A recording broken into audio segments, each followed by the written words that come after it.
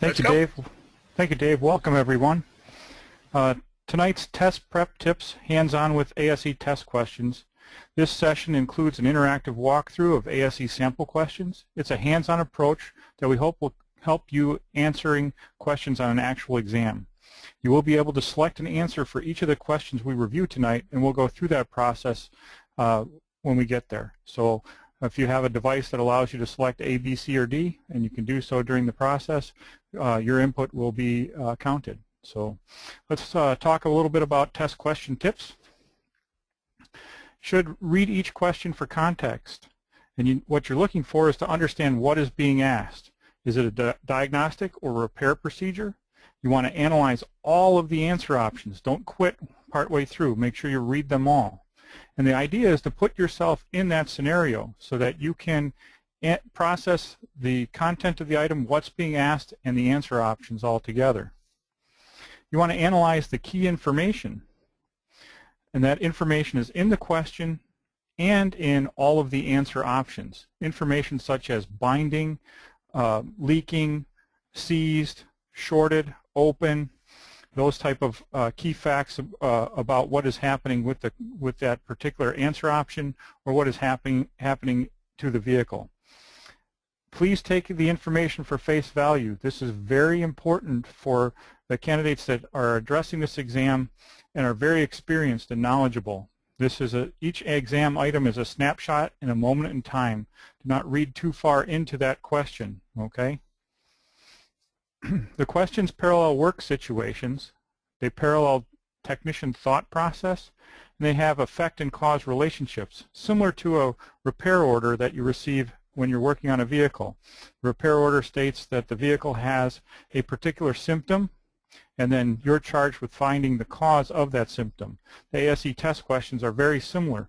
They'll address the symptoms, maybe some test procedures, give you some typical diagnostic scenarios about the test that's being applied to the vehicle, the results of that, and then you have to select what symptoms, what the cause of those symptoms are from the answer options. Let's take a look at our first item. This is a completion style question. This is ASE's version of fill in the blank. We put the blank at the end of the sentence, and each of the answer options completes a sentence. Let's read this one. A vehicle pulls to the left during braking and pulls to the right without braking. That right there sets the scene of what is happening with the vehicle. So when the brakes are applied, the vehicle pulls to the left. When the brakes are released or there are no brakes applied, the vehicle is pulling to the right. Mentally start preparing for what might cause that type of situation, and then read each of the answer options individually. So the cause could be unequal tire pressure, a failed master cylinder, a collapsed right front brake hose, a seized left front caliper piston. Processing each of those answer options and determining which one is the actual cause of this problem is what you're charged with on an ASE exam. Let's try it here now. Spend about 30 seconds, read through this item, and see if you can determine which of the answer options you would like to select. We'll provide you a screen in a few seconds that will allow you to select A, B, C, or D. We won't show you the entire question. We don't have the capability for that, but we will give you the complete all of the answers completely. You just need to recall which one you would like to select. So you have a few seconds here, and then we'll try it.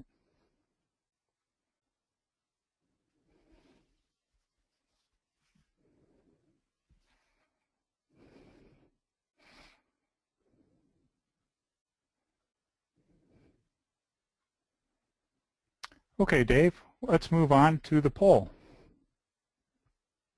Dave will open a poll up here now, and for you folks, you can answer this question. So select from the answer options which of these cause a vehicle to pull to the left during braking and pulling to the right without braking.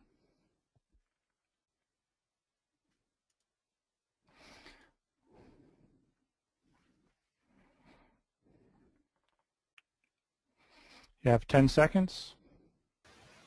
Dan, we're at about 62% of people. Let's give them just a little bit more. Oh, okay.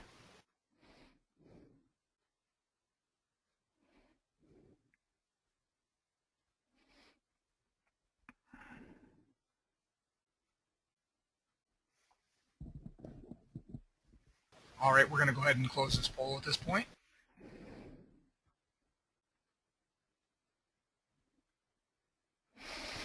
All right, so now let's get our answers here. 20% of you selected answer option A, 5% selected answer option B, 51% selected answer option C, and 24% selected answer option D. So let's process that.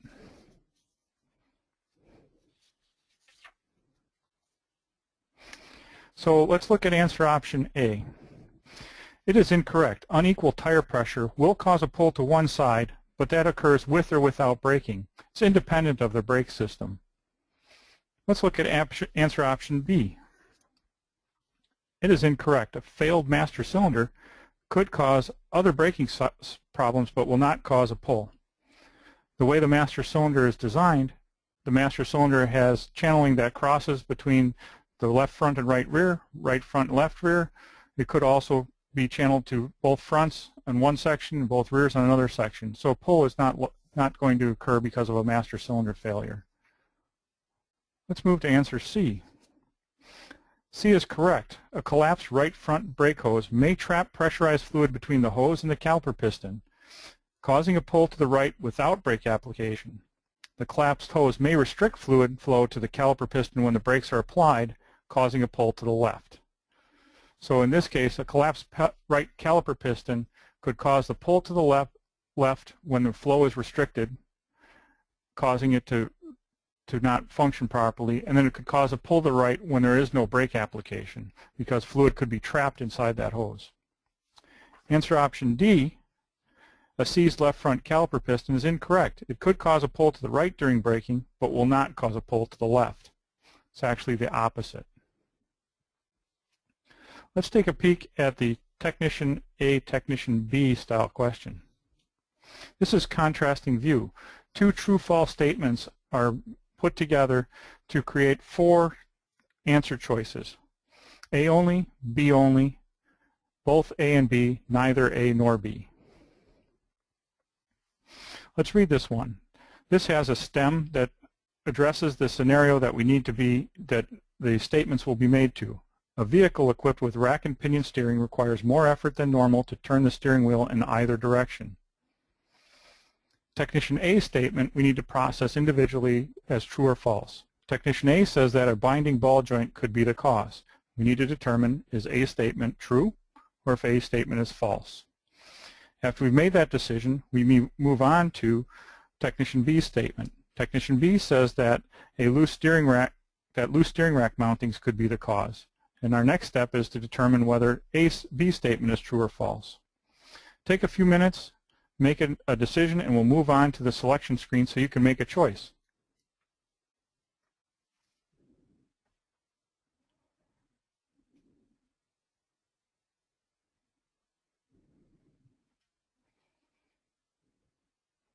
Dave, let's take this test.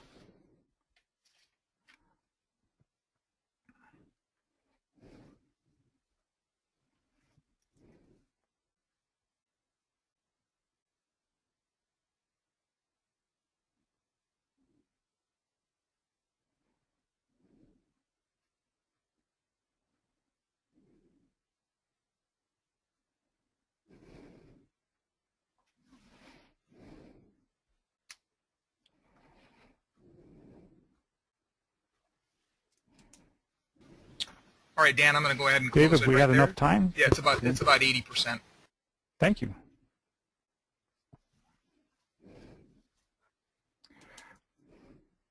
Okay, 47% of you selected answer option A, 11% of you selected answer option B only, 25% selected answer option C, both A and B, and 17% selected answer option D, neither A nor B. Let's look at Technician A's statement.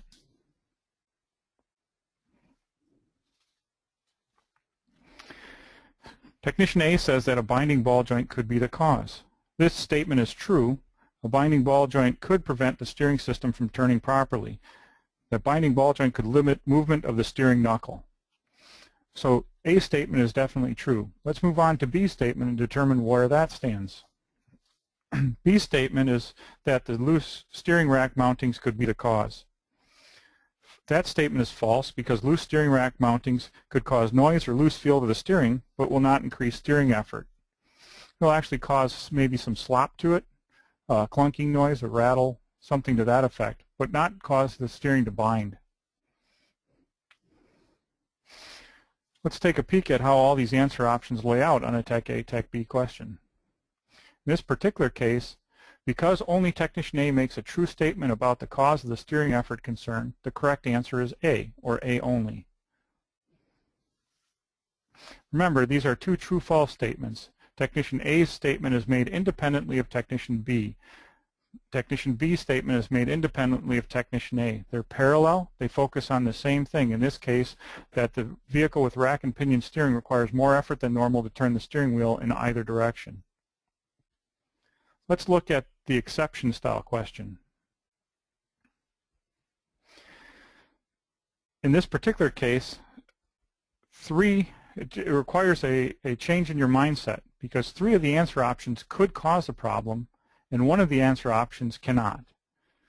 Any of these could cause a low brake pedal complaint except error in the brake hydraulic system, a leaking brake line, misadjusted rear brake shoes, and overfilled brake master cylinder. Let's take a few seconds here to process this item and determine which of these answer options you feel is correct. Then we'll move to the next screen and you'll be able to select your answer there.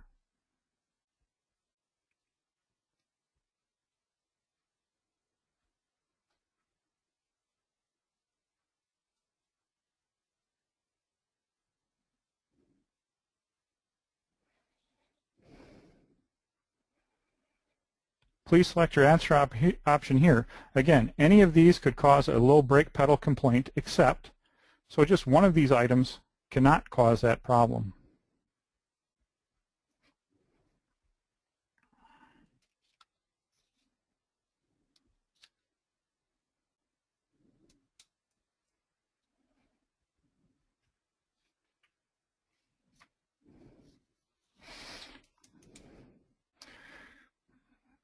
% of you selected answer option A, 1% of you selected answer option B, 2% of you selected answer option C, and 95% of you selected answer option D. Well done.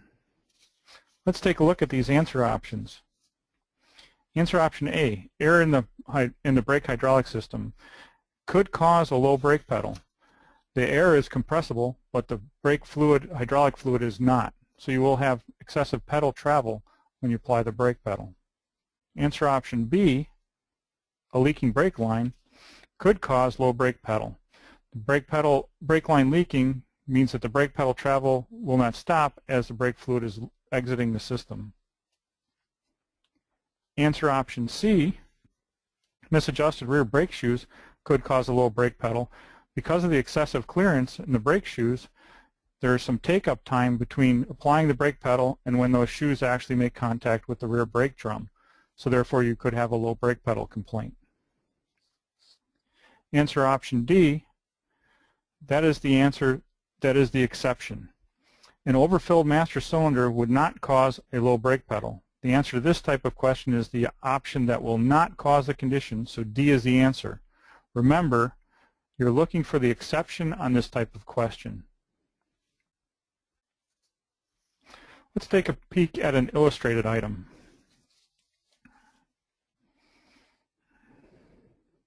An illustrated item here, this fuel pump in the schematic shown is inoperative. During testing, the DMM displays 4.93 volts with the engine cranking.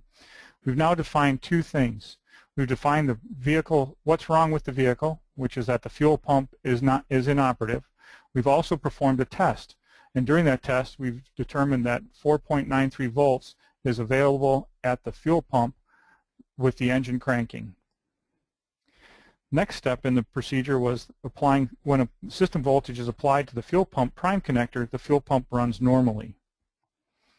So there's a prime connector for this fuel pump that allows voltage to be applied to the pump to bypass the relay for a test.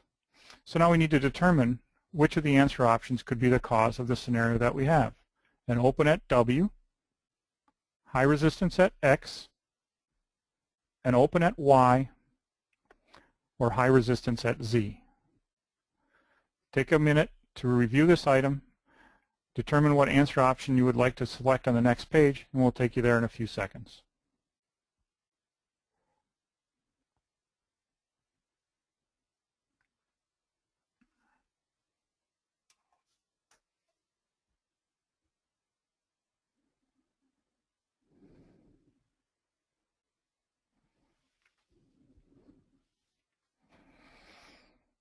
Okay, so select from these answers what could cause the fuel pump in the item shown to be inoperative, and during testing 4.93 volts available with the engine cranking at the fuel pump, and when system voltage is applied to the fuel pump prime connector, the fuel pump is able to run normally. An open at W, an open at X, high resistance at Y, or high resistance at X. Oh, high resistance at Z, pardon me. Answer option D should be high resistance at Z.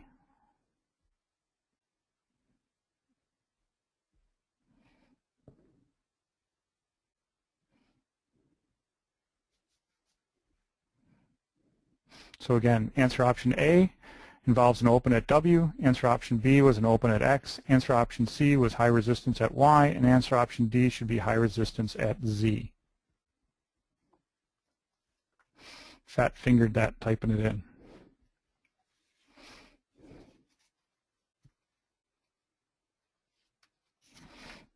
All right, so an open at 12% of you selected answer option A and open at W, 14% answer option B and open at X, 24% answer option C, high resistance at Y, and 50% answer option D, high resistance at X, which is Z. Let's take a peek now at answer option A.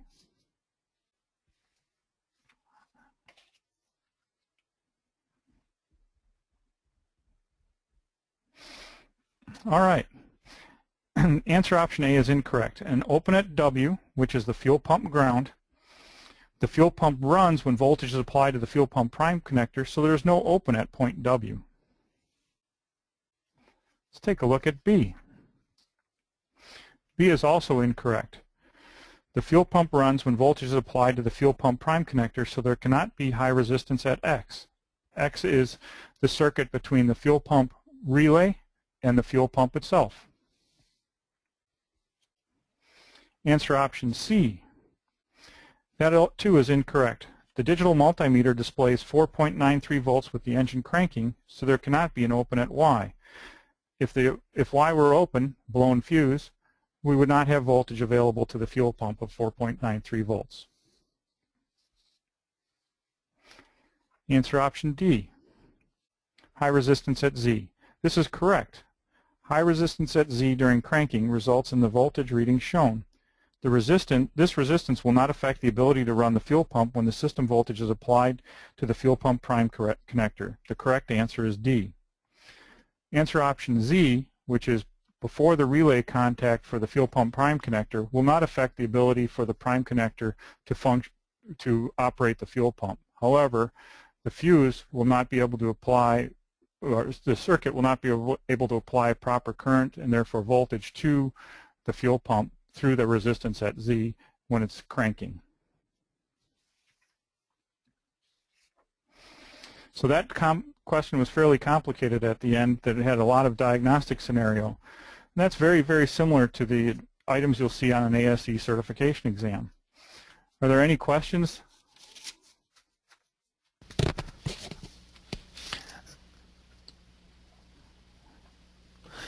Dan, this is Don jumping in here. Actually, this is the first webinar that we haven't been flooded with questions on. But anyway, we'll give them a few minutes to get a few of them in here. I did have a couple of questions come in. Just, I guess, one guy wanted to discuss one of the items or something, but about the correct answer from the sample we gave. But what you might do while we're giving them a chance to send in some questions is explain a little bit about how these tests are qualified and are developed. I know it's not part of the presentation you put together, but certainly you're apt at talking about that. Sure. Yes, the ASE exam items are built by your peers. Technicians, service providers from the field are brought in for technical committees, and they participate in a maintenance of the exams by going through and evaluating and editing the task list or the job description that was created for that exam. So for instance, that last item, which was an electrical one, that is actually could appear on the A6 electrical exam or the A8 engine performance exam or possibly even the L1 exam. So that item is written specifically to a task on the in the task list or job description. Your peers have written that item. They then review that item, make sure it's generic enough in nature to be on the exam, that it doesn't discriminate or disadvantage any candidates that are taking the exam because of technology that's not prevalent or relevant to the current vehicles on the market. And then once it's approved, it goes on to an ASE exam, and statistical analysis is performed on it before we can bring it into the ASE exams. They need to be qualified.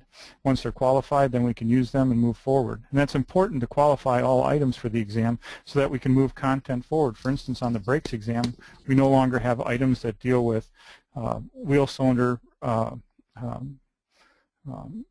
rebuilding, brake caliper rebuilding, master cylinder rebuilding, but now there are items on that exam that deal with anti-lock brakes, the traction control, stability control. So those items needed to be pre-qualified before they were brought in. That's why you see extra items on an ASE exam.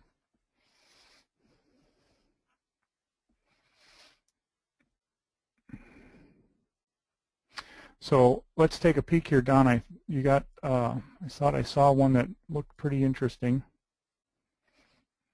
Let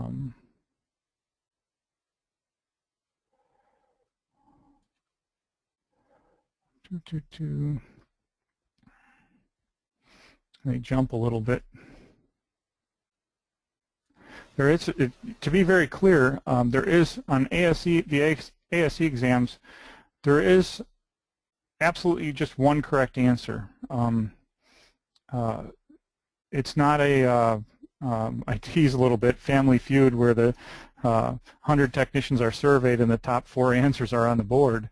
It's not that way. There's only one correct answer. The other 3 answers are plausible, but they're plausible for folks that are not as knowledgeable about the content. So if an ASE item, if you think there's 2 correct answers, it could be that one of the answers, which is the distractor, is so good for a candidate that's not as knowledgeable about the circuit that it tries pulling you away. So they're not, you know, when there's some statements here about trick questions or trick answers, there's no such thing. It's the snapshot in a moment of time.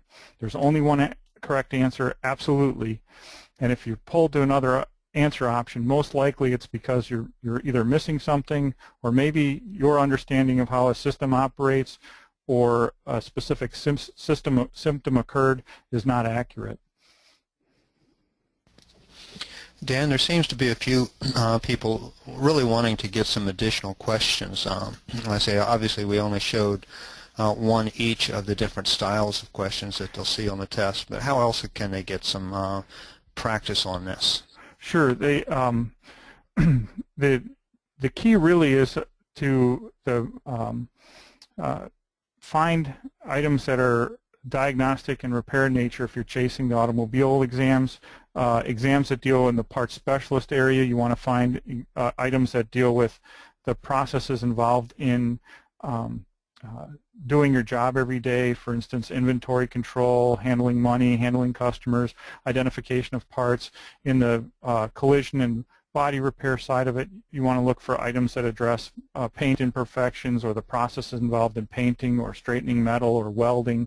In the estimating area for body and collision repair estimating, you want to find information or items about how to estimate, doing the process of estimating a car, those type of items. And where first place I would start would be the ASE website, and Dave will take you there in a little bit and show you those what we have available, which is the job description from your peers, as well as some sample items as well. Understanding the job description is very important, because if you look at those tasks, that will help you to determine what you might have to study. Dave's right now pulling up some of those sites for us behind the scenes, and we'll go through those.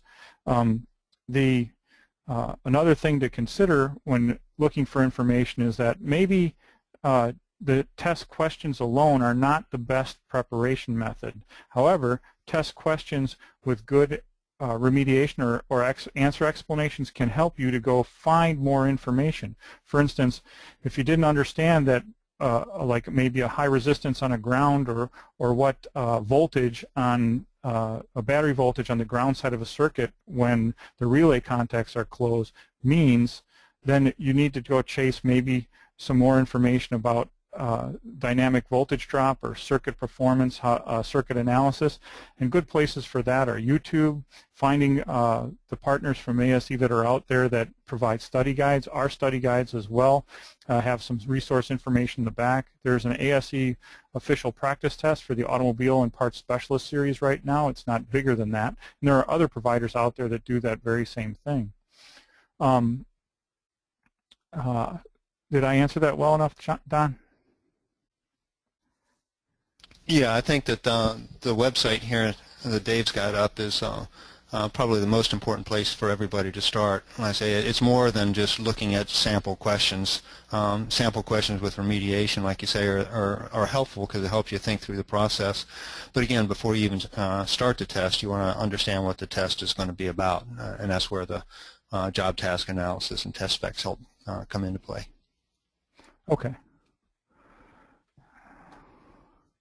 And we've had a few questions come in too that lead me to think a little bit more of the nuts and bolts of test development. I'm not suggesting we get into that now, but notice why are there pre-test items in there that don't count, things like that. I did address that a little bit there. Yeah. Yeah, but it's just, like I say, that seems to always be something that's a little confusing for people. But yeah, that could be an hour-long presentation by itself to talk about the statistical validation and such as well. Yep. But okay. Yep. Hey, Dan, this is Dave. I got a question for you. It comes up often, yeah. but I think it's very relevant, is that regardless of which test a technician is going to prepare for, what is, what maybe are some good guidelines for them to get started so they are on a deliberate path to get the right information to prepare? I think the first, well, you have it up. The first place to start is the ASE test preparation material directly from us, which is the task list or job description that their peers have said they need to be familiar with. This has a specification for how many items are going to be on the exam in each content area that are being scored. Okay. Currently, on most of the regular exams, there are 10 items that we use that are being statistically analyzed for future use. Okay. So, for instance, in A1, there's 60 items on that exam. 50 of those count for score. So, in this particular case, at the top of the page, it breaks down the content areas into 5, from general engine diagnosis through fuel, electrical, ignition, and exhaust system inspection and service related to the A1 exam. Underneath that, it talks about the items or the tasks that are critical in those content areas. So a quick look at general engine diagnosis content area A, where there's 15 questions, that tells me that this content area will be heavy on diagnosis of no cranks but will not start, or hard starting conditions, for engine mechanical, or if it's caused by another subsystem. So we might ask a question that relates to an engine mechanical no start, or being able to differentiate if it's another subsystem that's causing the no start. So you could have a hydrolock deal causing the mechanical problem. You could have an issue with a seized bearing, something to that effect. There's also items related to specific tests that are performed. So you might have to process test results from a power balance, a cranking compression test, cylinder leakage test. You also have engine vacuum tests. So you know you're going to see that. So if a technician is not familiar with performing an engine vacuum test or understanding what normal is during cranking or what normal is during acceleration, deceleration, restricted exhaust, retarded or advanced valve timing, or improper valve timing, or misfire, valve train problems. If they're not familiar with that, researching that is important. If you've not performed a cylinder power balance test or haven't processed the results, you need to investigate that. One of the other items on here is isolate engine noises and vibrations.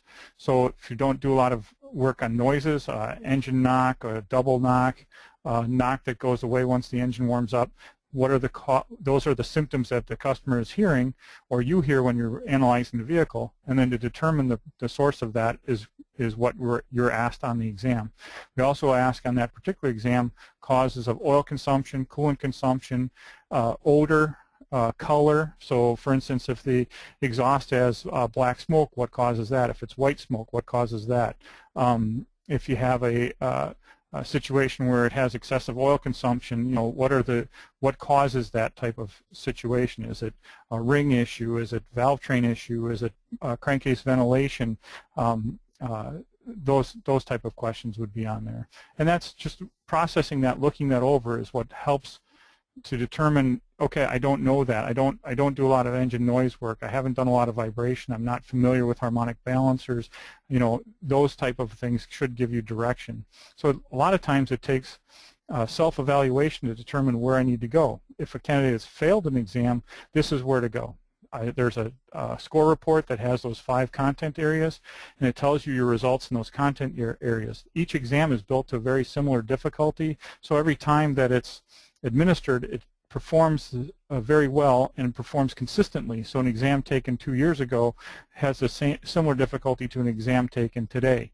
So the candidate that has failed an exam can go look at the content areas and go, okay, I did great in all the other content areas, but I missed all, you know, I missed 15 in content area A. I missed a couple in each of the other ones. So I absolutely bombed content area A. Not very realistic, but let's just say that happened. Those are the tasks that that candidate should focus on. The difficulties do vary from content area, from exam cycle to exam cycle, but the entire exam is at the same difficulty over and over again. So so that's the place to go first. From there, you can expand. So say, for instance, electrical, which is a very common item. One of the attendees asked about if there's stuff related to the collision repair industry. If you're doing the mechanical repair side, there's electrical on that particular exam. On all of the automotive series, there's electrical content in every one of those exams. The A1 through A8, A9, L1, you go in the truck series, same idea. School bus, transit bus, those exams have electrical content everywhere. So that is a very, if you're not very proficient at electrical, it's very important to follow that. Go seek information, watch videos, download YouTube videos or watch YouTube videos about folks that are doing diagnostic and repair, and look at their processes. Determine if that process will work for you. Try to learn from what they're doing. Is that helpful, Dave? Yeah, I think it's good because there's got to be some general path for them to go on, regardless of what the test is that they're, you know, preparing for.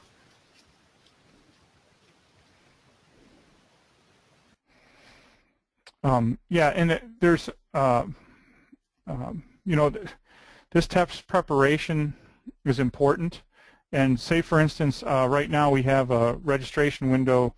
This window is coming to a close right now for testing, and we'll have a registration window coming up. So this gives you an opportunity right now to study, find study material, find study focus, evaluate where you are, and come up with a process. And you can register for exams starting September 1st, and then start taking those exams November 1st through the, or pardon me, October 1st through the end of November. So that this little off window here as it comes up is very good for test preparation. Be prepared to go sign up for the exams. You got a little window here of about a month to prepare if you're going to take it right away at the beginning of October. So.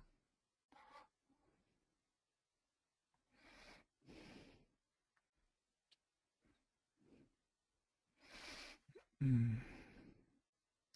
there anything else out there, gentlemen, that you see that's a common theme right now for the questions, Dave or Don? Dan, I don't have anything else here. I'm sorry, just finishing up on a couple of typed responses here. Yeah, keep in mind, one thing I want to I didn't enforce very well, but I want to reinforce, or I want to talk about, is that the ASE exam items are statistically analyzed. They have a degree of difficulty. There's a factor of qualification to determine how well the correct answer option performs for folks that are knowledgeable versus the folks that are not as knowledgeable. So there's a lot of science in the items. Okay, they're very expensive to build. There's been several comments saying, I want to know which questions I got wrong on the exam. Why can't I see them? You can't, because they cost a lot of money to build. Once they go into the public domain, I have to turn them off, so they can't be used again. It costs a lot of money to build that item, and to rotate them out is painful. I need every item I have on the exam pool, and some of the pools are, in right around 500-600 items deep, to make sure that we're able to have as many items available for form building as possible. And we ask, and items asked similar ways. You might have an item that deals with content and is asked as an accept item, so it gives you 3 ways that it actually can happen and 1 that it can't. And then there are items that are dealt in Tech A, Tech B, same content, and then we deal it with a completion, or we deal it with an illustrated, or we deal with a direct question. So we try to address them different ways so they can have a place in any exam at any time. If you go and look at questions outside of the ASE exam, you saw tonight that accept item, 95% of you got the accept item correct. That item is very easy, okay, from just our little sample pool tonight. That item may not do well at determining how knowledgeable you are about the subject matter, okay? An item that produces maybe more in the 60% of you get it correct might have better test information about your ability to do the job. So items that are very hard or very easy don't give us a lot of information. Items that are right in the middle difficulty, those do very well at allowing us to determine how knowledgeable that candidate taking that item is. So that when you try to compare maybe a 100-question exam and say, I got an 80% on my 100-question exam that I took at, Practice Test R Us, that is not a direct relationship, and you should not assume your test outcome on an ASE exam based on that, because those items are not qualified. There's no idea how difficult those items are, so you really can't use that as a gauge. You can use those practice items to help become comfortable with the technology involved in maybe a testing platform. You can use that test item to help you look at the content maybe and help you determine what you might want to study, but it really is not a direct relationship with how well you will do on an exam based on just taking a test that way. Dan, a lot of folks are commenting that this has been very helpful to them, of course. But Dave, I understand this will be available on the ASE website. You may have addressed this already, but do you know approximately when that might be? Yeah, Don, that's a good question. It's always a good follow-up question that we get. The attendees tonight, actually, even if you didn't attend, if you signed up for this and registered, I should say, one way or another, you're going to get a notification about the follow-up recording being available. And that should be up and available starting tomorrow.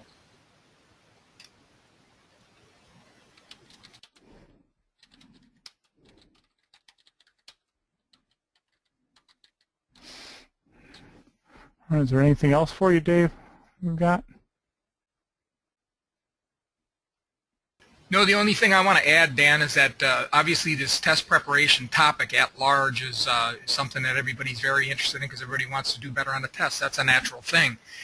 But I think what we're going to do is we're going to end up, kind of slicing this into bite-sized chunks and offering more of these sessions coming up. So watch your inboxes. We'll be sending out, invites for other versions of test prep and things that can help you out when you go to the test center.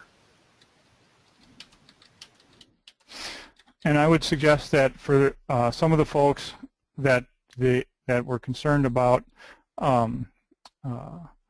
more time on an ASE exam, spend some time. There's a webinar available that talks about test taking time, and it talks about using the tools in the platform. Go through the ASE exam and answer the questions you know. Move, don't dilly, move through. If you have a good idea but aren't sure, go ahead and select an answer and then flag it. If you have no idea, leave it blank momentarily. Move through your exam, and then use the buttonology at the bottom of the screen. Hit Review Unanswered when you get to the bottom of the exam, Review Unanswered, and go back and select an answer for all of those ones that you left blank. And then if you have extra time left over, then go review the ones that you flagged. And I think that's how Dave described it in that webinar. I just want to reiterate that. It's important to use the tools in the platform so that you can maximize your seat time. You know, being knowledgeable, moving through quickly, using the tools in the platform are ways to get through that exam well. Yeah, Dan, thanks for bringing that up. That's a topic, the time issue, and just what you talked about, using the navigation for best effectiveness to save you time in the test. That's probably one of the things we're going to be offering here soon. I can't tell you exactly when. We're going to offer another version of that, kind of a boiled down version, so that you really know how to navigate to your advantage when you go and take the test.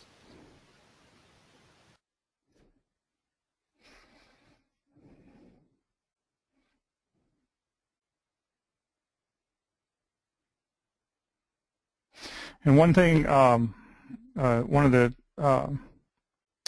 attendees had a question about if they have a problem on the exam, they don't do well, what's the recommendation? And what I would recommend to do is make sure that you use the score report to perform a self-evaluation and start studying.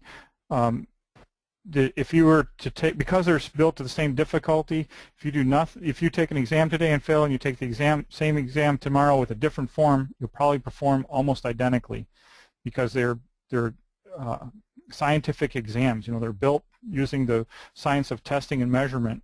So it's not trying to keep you there at the cut score. It's that you haven't done anything to move forward. So the more study, the more. One of the candidates said that they don't, or one of the attendees said that they don't.